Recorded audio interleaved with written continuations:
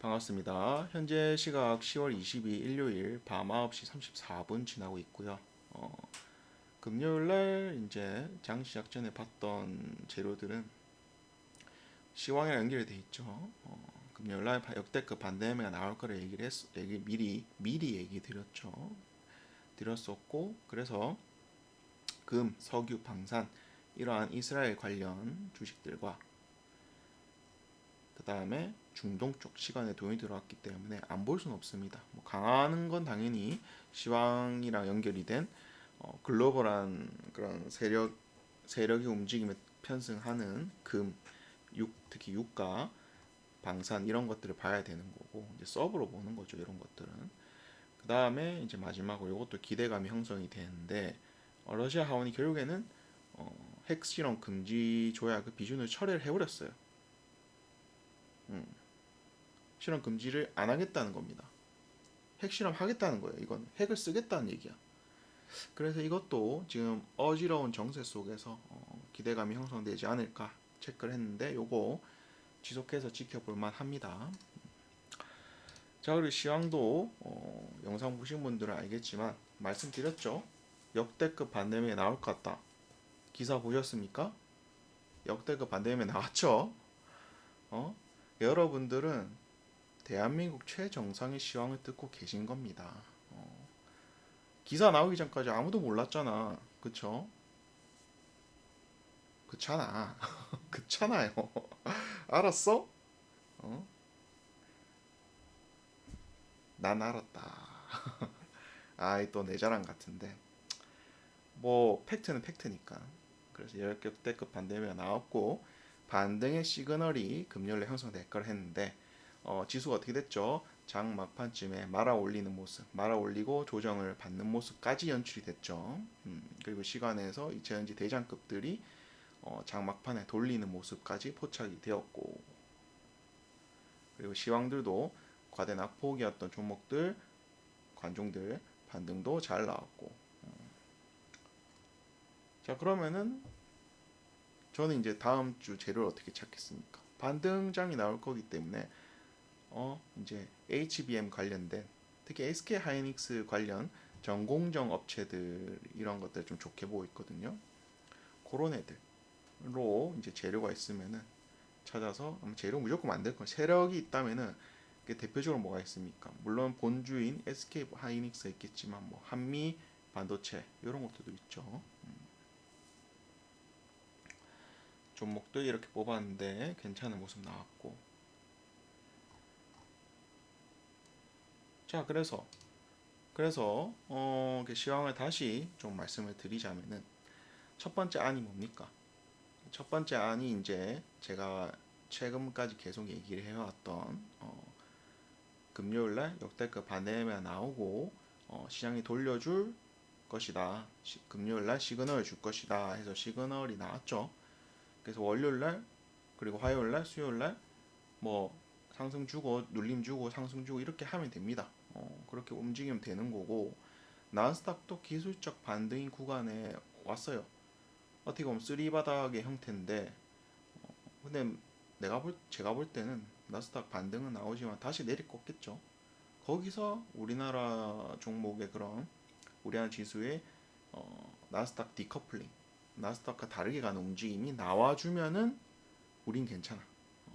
정말 아시아장과 미국장의 분리를 보고 있는데 이제 요게 원안인 거죠. 그 원래만 생각했던 그런 그림인 거고 디커플링 나오면서 반등이 나오고 근데 여기서도 중요한 거는 860을 회복을 해야 됩니다. 어찌 됐건 이거는 대전략이죠. 제가 예전부터 시황 그림을 그린 요게 대전략인 거고 자 두 번째 안은 나스닥은 빠져야 되는 게 맞아요. 제가 볼 때는 하루나 이틀 정도는 빠져야 돼. 그 다음에 반등을 해야 뭐라도 그림이 그려지지. 지금 자리에서는 그냥 기술적 반등 정도. 그러면은 흐름상 지금 바이든이 빠르게 이스라엘 거의 엄청 초고속으로 달려왔잖아요, 그렇죠? 항공모함 2대도 보내고 더 이상의 그런 혼란을 없어야 된다. 미국을 위해서 빠르게 휴전 협정. 혹은 이제 이스라엘한테 뭐 이거는 비공식이지만 비공식적으로 빨리 3일 기한 얼마 줄게 그 안에 하마스 잡아내라 라는 식으로 딜을 칠 가능성이 높다는 거죠. 빨리 미국 경제를 안정을 시켜야 됩니다. 왜? 지금 금리 올리니 많이 하고 있는 와중에 이런 유가, 유가 파동. 미국 오일 쇼크가 어떻게 났습니까? 중동 지역의 그런 불안 때문에 난 거거든요. 그래서 미국이 자꾸 중동 지역을 평화를 안정을 시키려고 하는 이유가 그런 거고. 미국인들은 유가에 대한 트라우마가 엄청 큽니다. 오일 쇼크 1차, 2차를 겪으면서 미국이 그렇게 강했던 미국이 정말 힘들어진 거였거든요. 인플레 때문에 많이 힘든 게 미국이었습니다. 그런 것들이 나오면 이제 바이든 재선은 영영 물 건너 가는 거죠. 이제 1년 정도 남았는데 내년이거든요. 빨리 마무리 짓는 게 바이든 입장에 좋을 겁니다. 이거 길게 했다가 영원히는 아니겠고 자기 재선할 때까지도 고물가가 지속된다. 지지율이 남아나겠어요? 제가 볼 때는 그냥 깔끔하게 접는 그런 그림이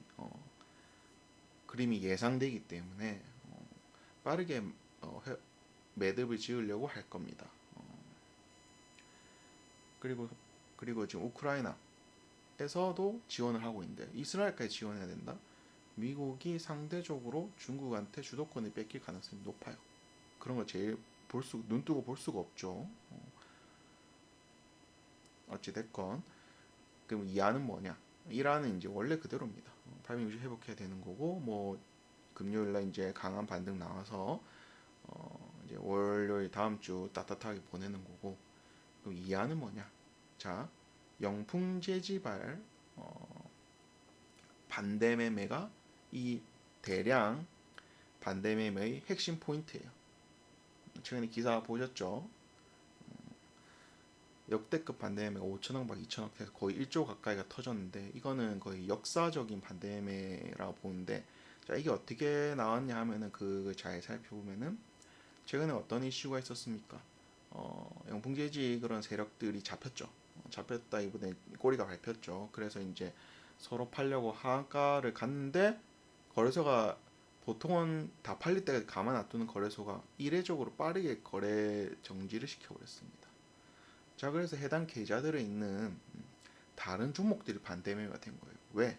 증권사는 영풍지지 해당 종목을 반대 매매가 됐으면은 그냥 던져가지고 걔네들을 회수하면 되는데 제가 볼 때는 걔네들의 그런 물량 자체도 크니까 다른 종목을 다 팔아버리려도 모자란 거지. 모자란 거지. 그래서 다른 종목이 다 같이 팔리면서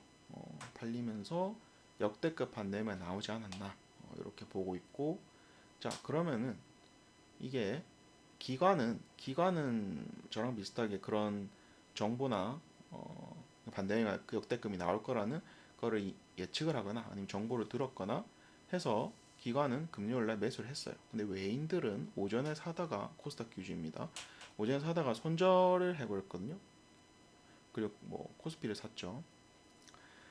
이러한 흐름 속에서 외인의 노림수는 반대매매 나오긴 했는데 이거 영풍재지 관련된 애들만 반대매매 나온 거야. 요런 해석. 기관 아니 일단은 역대급 반대매가 나왔기 때문에 추세 턴만 시키면은 투심 돌릴 수 있어 라는 이제 배팅에 들어간 거죠. 외인과 그런 기관의 배팅.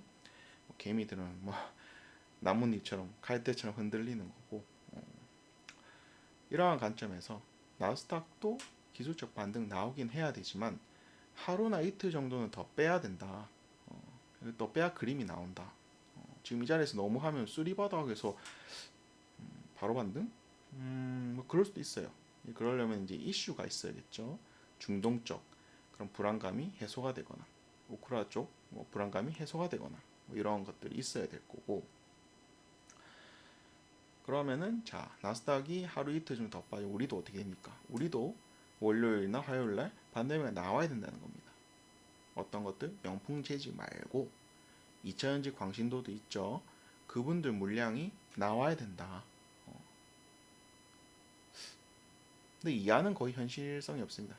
제가 이제 시황을 그렇게 자주 바꾸진 않거든요. 한번 결정하면 그대로 밀고 나가는데 이하는 이러한 시나리오도 있다라는 걸 감안하시면 됩니다. 그러면 어떻게 정리가 되죠?